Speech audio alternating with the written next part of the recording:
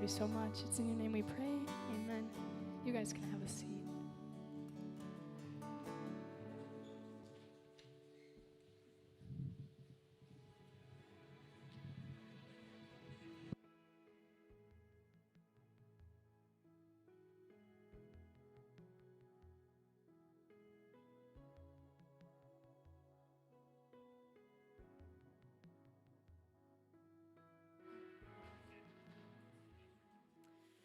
Alrighty. Hi, everybody. Hi. If we haven't met before, my name's Gabby, and I'm not an intern. Haven't been an intern in a long time. Yeah. You can email me at gabthebookworm@yahoo.com. That's a real email. Okay. Couple things to address off the top. One, I have this weird bandage on my arm. Yes, I know. I have a weird bump on my arm that the doctor looked at. I think I'm going to be fine. But just so you're not distracted for the whole message, being like, what is that on her arm? Guys, I just got tatted.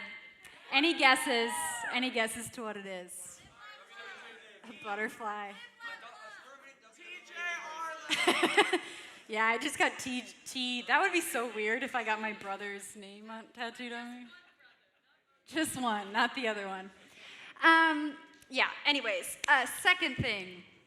We have like 5 spots left on the mission trip. So if you didn't sign up this weekend and you still want to, you can. Or if you know someone that should, you can still sign up. I personally think that mission trips are one of the best things you can do from my personal experience. So there you go. Take that or leave that. That is for you to think about. How are you? Just like if this is thumbs all the way up, I'm doing good, to like this, things are bad. You could go in the middle. Just show. Let's just all do that. Ready? 1, 2, 3. TBH. A lot of sideways thumbs. Some up. Eric, just a strong. Just how we're feeling. Is anyone stressed right now? A lot of us. Because of finals? Are we stressed kind of because of finals? Yeah. You don't have finals? Oh, you took them in December? You go to Hudson. Are you telling me you don't have finals? You don't have any finals. Anyone go to Hudson who doesn't have any finals? Why?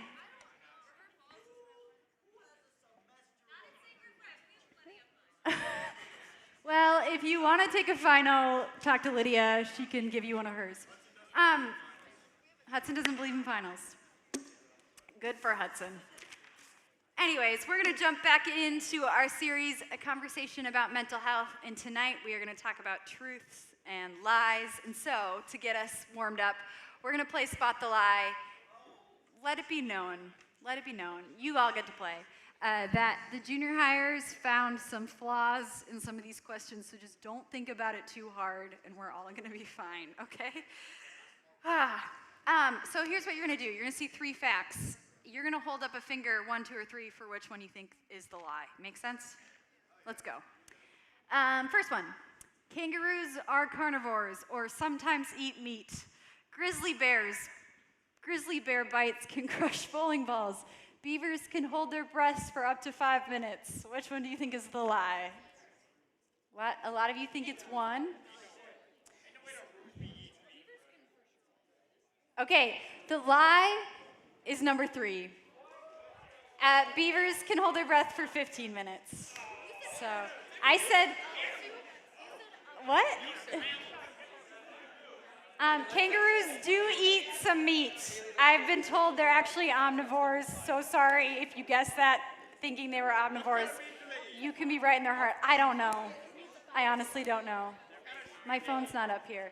Kangaroos eat marsupials. Okay, let's keep going. They are marsupials.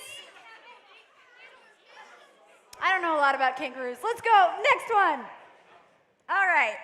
Crocodiles are colorblind. Snakes can see through their eyelids. Frogs can freeze without dying. Which one do you think is the lie? Seeing some 2s. Seeing some Ones, a lot of twos. All right, let's see it. Yes. Crocodiles' eyesight can change depending on their environment, but they are not colorblind. Snakes actually have clear eyelids, so that's how that works. If they weren't creepy enough already, snakes are the worst. All right, let's keep going. This is the last one. An octopus has 2 hearts. Butterflies can taste with their feet, and one species of jellyfish is immortal. What do you think is the lie? Jacob's really confident that it's 3. Oh, now he's less confident. 3, a lot of 3s, 1s. All right, let's see it. Yes, I'll explain. Octopus have 3 hearts. How did you all know that? That's amazing. Finding Dory? Oh, I haven't seen that movie. Let me tell you about the jellyfish just quickly, and then we're going to actually start with the real message. So essentially, there is this species of jellyfish that can revert to earlier stages of their development. No, just listen. Just listen. So they, imagine if you could become a toddler again, they can do that. And so they think they can essentially live forever, except if they get, eaten. Yeah, I suppose if you drown them. But I'm just saying, if they can revert back, of course. They're immortal, not invincible. Yes, Ben. Oh, that's true. What's the opposite of drowning? Aren't they drowning in oxygen instead of water? Yeah, dehydrate them to death. Let's move on. Oh, yeah, that's true. Okay, well, some of you were good at spotting the lies, and some of you weren't. So that's probably your fault and not my fault for writing the questions. But here's the deal. This is the reason I did this. Is that I think it's one thing to spot lies when they're things that are kind of external, they're facts. We can kind of gather evidence and determine if it's true or if it's a lie. I think it's quite another thing when those lies are actually internal. When those lies have to do with the things that we think or that we tell ourselves. I think in those moments when we're dealing with those lies, they are far harder to spot, to identify, and to challenge, to replace with truth. For example, I think you could objectively know that the phrase, no one likes you, is not true. Even if it's just your mom, that somebody likes you. But if you were to think about, the way that you think about yourself, the thoughts that you think about yourself, or the way that you feel when you walk in a room, oh, everyone here probably doesn't like me, or my friends are probably just pretending they don't actually like me, you could find that even though you objectively maybe at some level know that that phrase, no one likes you, isn't true, that you still believe, that you still act, that you still feel like it's true. And all of a sudden that lie becomes a lot harder to identify. I know for me, that lie that you don't have what it takes. That I know, right? I've graduated the things, I still have this job, so I can't be feeling too bad. I'm probably doing fine. That means it's not true, but when I'm stressed, when I don't think I'm gonna be able to get it all done, when I feel down and discouraged, that lie, you don't have what it takes, wow, it sounds really, really true. I think one of the most important things for us to do is to really be able to consider the thoughts that come into our minds and be able to determine whether they are lying to us or whether they are true. And so what we're going to do tonight is just look at 3 lies that I think we tell ourselves, especially around this topic of mental health, and then kind of challenge that with truth. So the first lie is this, that struggling with mental health means that my faith isn't strong enough. This is one that I've heard before, that I've felt before, that I've heard people teach before. And I think sometimes we can get into this rut because we feel like, our faith tends to have a lot to do with our feelings. We talk about our faith, and we talk about kind of one of the benefits of faith is that it can make you feel things, like love and peace and joy. And so sometimes when we're feeling scared or anxious or overwhelmed, the thought that can come into our mind is, I must not be a strong enough Christian. I must need more faith. In fact, that is something that has been taught before, from here. So if I just prayed more, if I just read my Bible more, if I just was a better person, then I wouldn't be struggling with this. In fact, I think sometimes even when we go to the Bible, it can feel like this is true. Philippians 4:8 says this, "Do not be anxious about anything, but in every situation, by prayer and petition with thanksgiving, present your requests to God." When we just read that initially, it sounds like this, don't be anxious, and instead just pray. And so if we're anxious, it could mean that we're not praying enough. Or if we're anxious and then we pray, it could mean that our prayers aren't effective enough, that our faith isn't strong enough. And if it was, then we won't be dealing with anxiety. And all of a sudden, that lie starts sounding really, really true. Or Jesus says in Matthew, he says this, "Do not worry about tomorrow, for tomorrow will worry about itself. Each day has enough trouble of its own." And there we go, that line, do not worry.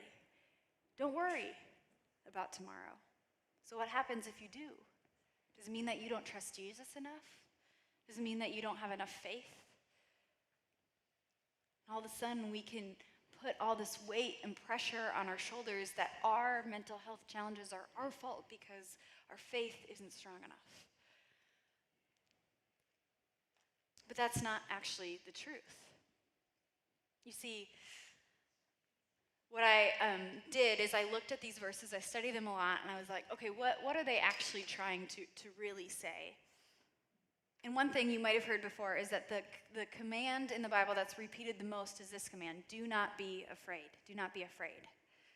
And to me, fear can feel a lot like anxiety or worry or stress. Do not be afraid. And what that tells me is that fear, anxiety, stress, or worry, it isn't an unusual circumstance to find ourselves in. In fact, it's incredibly human, it's incredibly normal. That we wouldn't be even addressing these topics if it wasn't something inside of us, something naturally inside of us to want to be anxious, to want to be worried. For all believers. Paul is not writing that to people who aren't Christian. He goes, you didn't know, you just have to pray. He's writing that to Christians who do pray, who are experiencing anxiety, even though they do that. And the second thing was this, in everything that I read, it talked about the point of these verses. And it wasn't some magical equation, some quick fix to our mental health. Instead, it was this refrain over and over again. What we need to know as people who follow Jesus and deal with these things is that God desires to be close to us in those moments.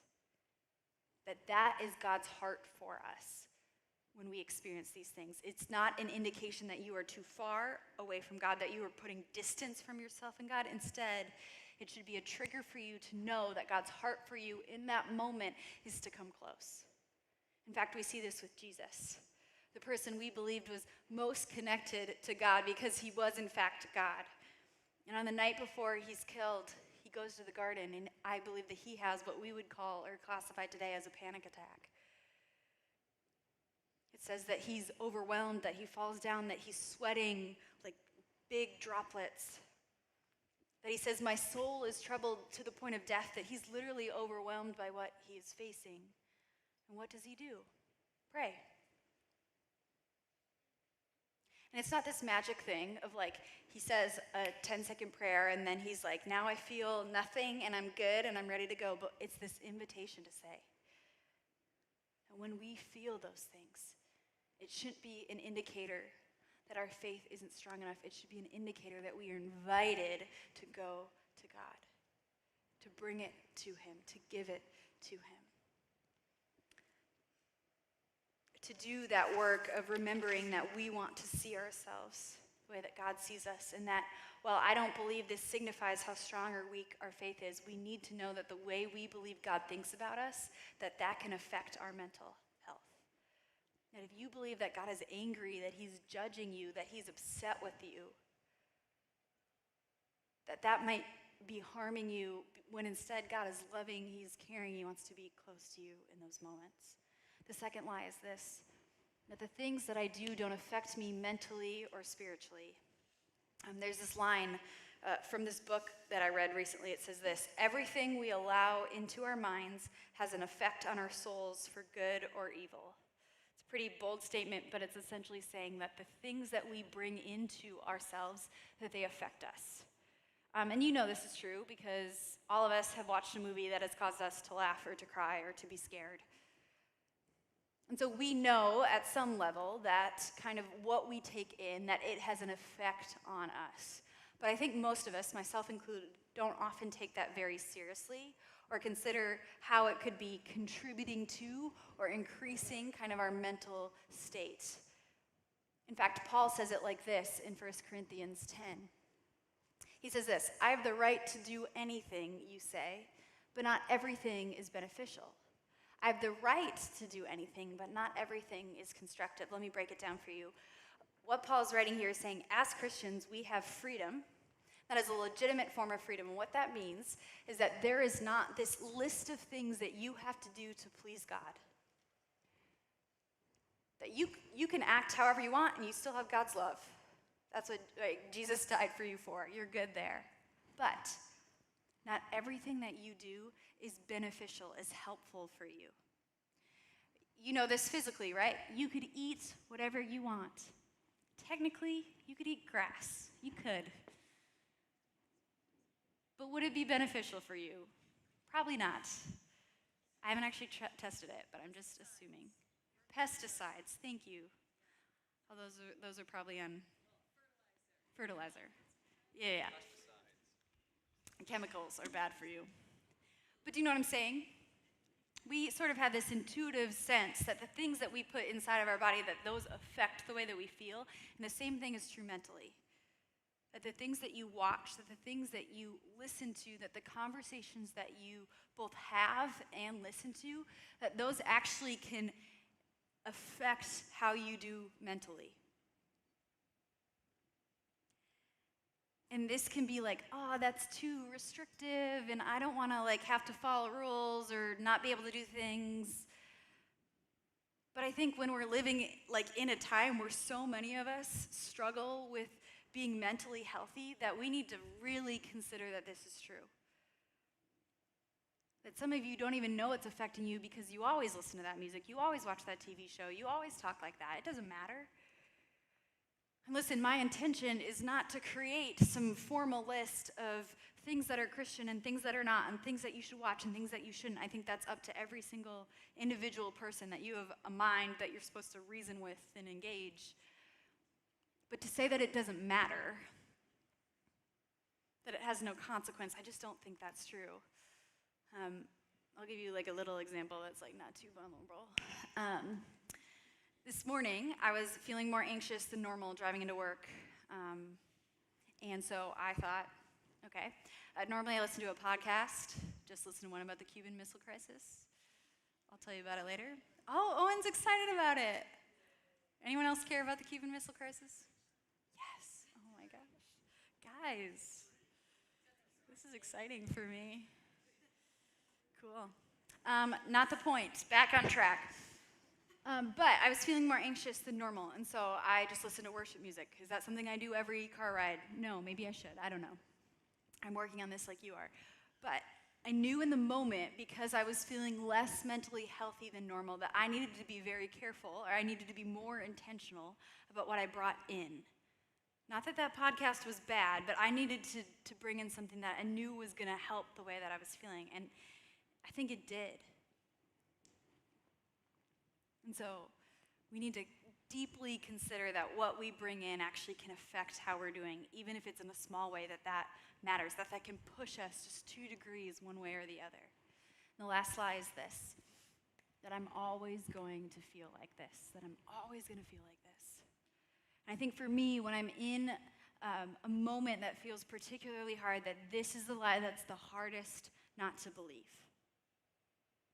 Because when you are in a tough day or year or whatever it is, it feels so real and so strong that the refrain in your mind is, it's always going to be like this. It's always going to be like this. It's never going to get better. I'm never going to stop feeling this way about the way that I look. I'm never going to stop having these negative thoughts. I'm never going to feel good enough. That can feel really loud and really, really true. I remember last May just dealing with a specific situation and writing this, I don't know when it will get better, but it feels far away. That in that very moment, the thing that I was facing, it felt like it was going to last forever. Guess what? 6 months later, I don't feel that way anymore. But what I want you to know is that nothing lasts forever, even if it feels like it will. That is very true. That nothing lasts forever, even when it feels like it will. In fact, the only thing that we're told can last forever, the only thing is love. That everything else, it changes, it fades. I'm not saying it's quick, but I am saying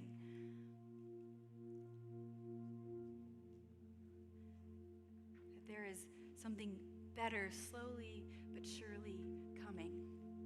That I really truly believe that you can change the way that you think about yourself, that the way that you feel about yourself today does not have to be the way that you feel about yourself tomorrow. The church word for it, I think, is called redemption. It's the process of taking broken things and making them new again. And it's a process, it's a timeline. But nothing lasts forever, and you don't always have to feel this way. I think when I'm feeling that too, one thing that keeps me in a space longer of feeling bad is that I want to hide. I don't want anyone to know what's going on. And on top of that lie are more lies that says, like, don't tell anyone. No one really wants to deal with all your stuff. They got enough stuff of their own. Or if you do tell someone, it's probably going to be pretty embarrassing, so you probably just shouldn't do that. All that does is keep you locked up in that same spot. Because in 1 Peter 5, it says this, cast all your anxiety on him because he cares for you. And I believe that as God's people, as an extension of Jesus, as his hands and feet, the same is true for us too. We're called to cast all our anxiety on God because he cares so deeply for you and for me, that we're called to cast our anxiety onto each other because together we can bring it to the one that can actually hold on to it. And so what we're going to do as a way to close out this service is we're going to sing 2 songs after I pray. And during those songs, you're going to stand like you normally do if you want to. But we're also going to just offer prayer if something that you kind of, I don't know, you feel like is heavy on your shoulders. We just want to give you an invitation to cast that with somebody else, to share that load with somebody else. And so most of our leaders are sitting in the back, so you can go and find your leader if you want. I also happen to know we have some students who are pretty passionate about praying for each other. And so, of course, find your friend, pray for them. And of course, we're going to be singing 2 songs, so we invite you to worship too, because I think that's another way that we remind ourselves of the truth. And so we're going to do this exercise. I literally just thought of this at junior high, so if it's weird, that's why. But I'm going to invite you to hold out your hands like this. And this is just a posture that we kind of use to tell our minds and our bodies that we just want to be open to God. I just want you to close your eyes. And I just want you to think about how you're feeling, maybe today or in general. And kind of imagine that you can take that feeling and you can hold it in your hands. Maybe it's a color, maybe it's a thing, maybe it's a word. But I want you to take however you're feeling, and I just want you to hold it in your hands. And just think about that thing for a moment. And then I want you to imagine that wherever you are, that's where God is. And I want you to take that thing that's in your hands and just imagine that you're just setting it at God's feet, just at his feet. And he picks up that thing that represents however you're feeling. He looks at it. And then what happens is in his hands, it becomes so small that you can't even see it anymore. And then he hands something back to you, except it's not what you handed him. And instead, it's whatever love looks like to you. Maybe it's a color, maybe it's a word, maybe it's an object. But that's what you get. And that item of love that's in your hands now, I want you to act like it's sitting in your hands. That looks like forgiveness and mercy and grace. It doesn't matter what you hand to God, that's what you get back every single time.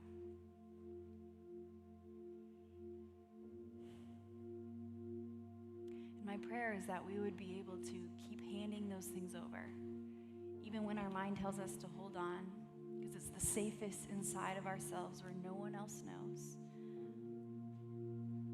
That we would be able to take what weighs heavy on our shoulders, what speaks loudly inside of our heads, and we'd be able to hand it over. And that in return, that we'd always get that love back, that grace, that mercy, that forgiveness. And maybe right now it feels small. That love does. Maybe you can hardly feel the weight of it at all. But my prayer, Lord, is that the more that we offer up what we have to you, the more that gift of love that we receive, the heavier it feels, the weightier it feels, the more real it becomes. So Jesus, we offer this all up to you as we pray, as we sing.